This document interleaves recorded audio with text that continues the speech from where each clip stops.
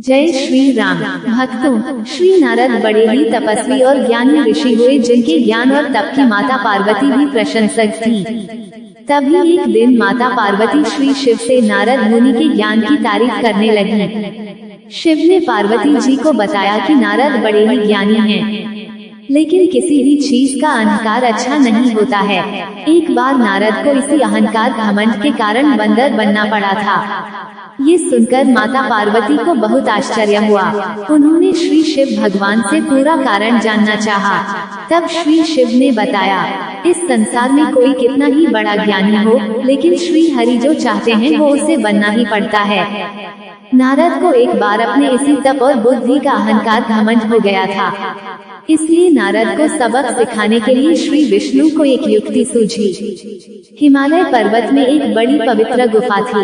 उस गुफा के निकट ही गंगा जी बहती थी। वो परम पवित्र गुफा नारद जी को अत्यंत सुहावनी लगी। वहाँ पर के पर्वत, नदी और वन को देखकर उनके हृदय में श्री हरि विष्णु की भक्ति अत्यंत बलवती हो उठी और वे वहीं बैठकर तपस्या में लीन हो गए। नारद मुनि की इस तपस्या से देवराज इंद्र भयभीत हो गए कि कहीं देवर्षि नारद अपने तप के बल से उनका स्वर्ग न छीन लें। इंद्र ने नारद की तपस्या भंग करने के लिए कामदेव को उनके पास भेज दिया। वहां पहुंचकर कामदेव ने अपनी माया से वसंत ऋतु को उत्पन्न कर दिया। पेड़ और पत्ते पर रंग बिरंगे फूल खिल गए, कोयलें कुपने लगी और भौरे गुंजार करने लगे। कामाग्नि को भड़काने वाली शीतल मन सुगंध सुहावनी हवा चलने लगी। रंभा आदि अप्सराएं नाचने लगी, किंतु कामदेव की किसी भी माया का नारद मुनि पर कुछ भी प्रभाव नहीं पड़ा। तब कामदेव को डर सताने लगा कि कहीं नारद मुझे शाप न दे दे, इसलिए उन्होंने श्री नारद से क्षमा मांगी। नारद मुनि को थोड़ा भी क्रोध नहीं आया और उन्होंने कामदेव को क्षमा कर दिया। कामदेव वापस अपने लोक में चले गए। कामदेव के चले जाने पर नारद मुनि के मन में अहंकार घमंड हो गया कि मैंने कामदेव को जीत लिया। वहाँ से वे शिव जी के पास चले गए और उन्हें अपने कामदेव को हारने का हाल कह सुनाया। भगवान शिव समझ गए कि नारद को अहंकार हो गया है। शंकर जी ने सोचा कि यदि इनके अहंकार की बात विष्णु जी जान गए तो नारद के लिए अच्छा नहीं होगा, इसलिए उन्होंने नारद से कहा कि तुमने जो बात मुझे बताई है उसे श्री हरि को मत बताना। नारद जी को शिव जी की यह बात अच्छी नहीं लगी। उन्होंने सोचा कि आज तो मैंने कामदेव को हराया है और ये भी किसी को नहीं बताऊं। नारद जी क्षीरसागर पहुँचे गए और शिव जी के मना करने के बाद भी सारी कथा उन्हें सुना दी। भगवान विष्णु समझ गए कि आज तो नारद को अहंकार घमंड ने घेर लिया है। अपने भक्त के अहंकार को वे सह नहीं पाते, इसलिए उन्होंने अपने मन में सोचा कि मैं ऐसा उपाय करूंगा कि नारद का घमंड भी दूर हो जाए और मेरी लीला भी चलती रहे। नारद जी जब श्री विष्णु से विदा होकर चले तो उनका अभिमान और भी बढ़ गया। इधर श्री हरि ने अपनी माया से नारद जी के रास्ते में एक बड़े ही सुंदर नगर को बना दिया।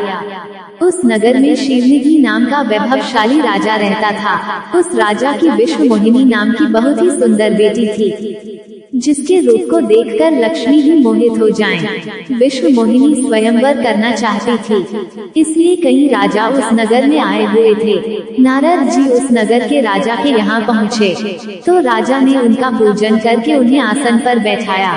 फिर उनसे अपनी कन्या की हस्तरेखा देखकर उसके गुण दोष बताने के लिए कहा।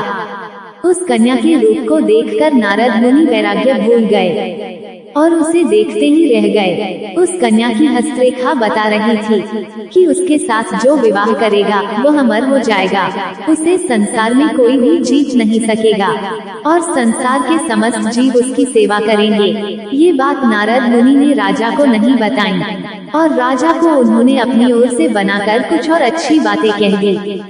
अब नारद जी ने सोचा कि कुछ ऐसा उपाय करना चाहिए कि यह कन्या मुझसे ही विवाह करे। ऐसा सोचकर नारद जी ने श्री हरि को याद किया और भगवान विष्णु उनके सामने प्रकट हो गए। नारद जी ने उन्हें सारी बात बताई और कहने लगे कि नाथ, आप मुझे अपना सुंदर रूप दे दो ताकि मैं उस कन्या से विवाह कर सकूं। भगवान हरि ने कहा, हे नारद, हम वही करेंगे जिसमें तुम्हारी भलाई हो। ये सारी विष्णु जी की ही माया थी। विष्णु जी ने अपनी माया से नारद जी को बंदर का रूप दे दिया। नारद जी को ये बात समझ में नहीं आई। वो समझे कि मैं बहुत सुंदर लग रहा हूँ। वहाँ पर छिपे हुए शिव जी के दो गणों ने भी इस घटना को देख लिया। ऋषिराज नारद तत्काल विश्व मोहिनी के स्वयंवर में पहुँच गए और साथ ही शिव जी के वे दोनों गण भी ब्राह्मण का रूप बनाकर वहाँ पहुँच गए। वे दोनों गण नारद जी को सुनाकर कहने लगे कि भगवान ने इन्हें इतना सुंदर रूप दिया है कि राजकुमारी सिर्फ इन पर ही रिझेगी। उनकी बातों से नारद जी मन ही मन बहुत खुश हुए। स्वयं भगवान विष्णु भी उस स्वयंवर में एक राजा का रूप धारण कर आ गए। विश्व मोहिनी ने कुरूप नारद की तरफ देखा भी नहीं और राजा रूपी विष्णु के गले में वरमाला डाल दी। मोह के कारण नारद मुनि की बुद्धि नष्ट हो गई थी। राजकुमारी द्वारा अन्य राजा को वरमाला डालते देख वे परेशान हो उठे। उसी समय शिव जी के गणों ने ताना कसते हुए नारद जी से कहा, जरा दर्पण में अपना मुंह तो देखिए। मुनि ने जल में झांक कर अपना मुंह देखा और अपनी कुरूपता देखकर गुस्सा हो उठे।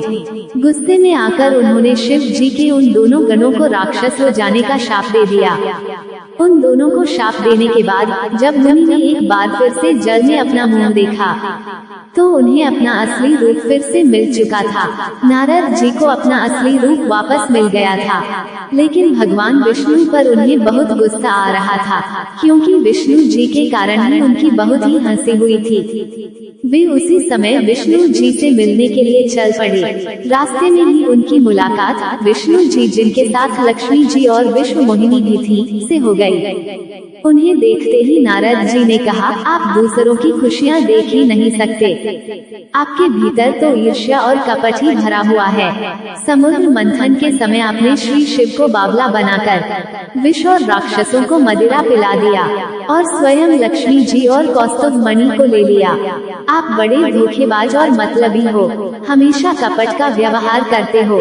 हमारे साथ जो किया उसका फल जरूर पाओगे। आपने मनुष्य रूप धारण करके विश्व मोहिनी को प्राप्त किया है, इसलिए मैं आपको शाप देता हूँ कि आपको मनुष्य जन्म लेना पड़ेगा। आपने हमें स्त्री से दूर किया है, इसलिए आपको भी स्त्री से दूरी का दुख सहना पड़ेगा।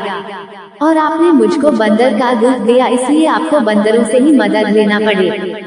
नारद के शाप को श्री विष्णु जी ने पूरी तरह स्वीकार कर लिया और उन पर से अपनी माया को हटा लिया। माया के हट जाने से अपने द्वारा दिए शाप को याद करके नारद जी को बहुत दुख हुआ, किंतु दिया गया शाप वापस नहीं हो सकता था। इसलिए श्री विष्णु को श्री राम के रूप में मनुष्य बनकर अवतरित होना पड़ा। शिव जी के उन दोनों गणों ने जब देखा कि नारद अब माया से मुक्त हो चुके हैं, तो उन्होंने नारद जी के पास आकर और उनके चरणों में गिरकर कहा, हे मुनिराज, हम दोनों शिव जी के गण हैं। हमने बहुत बड़ा अपराध किया है, जिसके कारण हमें आपसे शाप मिल चुका है।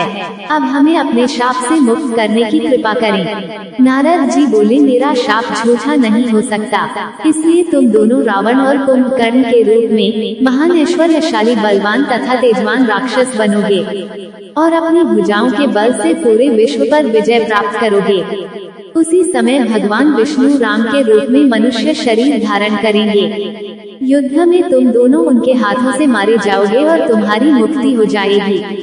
भक्तों, अगर आपको कथा पसंद आई है तो लाइक करें, शेयर करें और चैनल को सब्सक्राइब करना ना भूलें। मिलते हैं नई वीडियो में। धन्यवाद।